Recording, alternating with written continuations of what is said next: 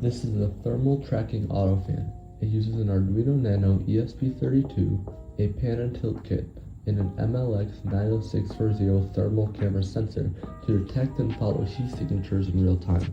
The system constantly scans a 768 pixel thermal array looking for the highest temperature reading.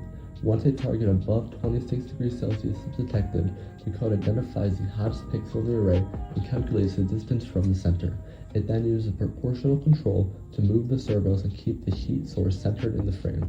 The camera has a 55 by 35 degree field of view, which can accurately track someone even from long distances.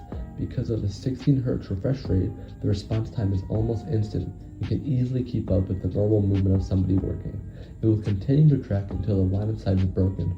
Once broken, it enters search mode, where it pans from side to side looking for someone to track. Our final product is a real-time thermal camera tracking desk fan.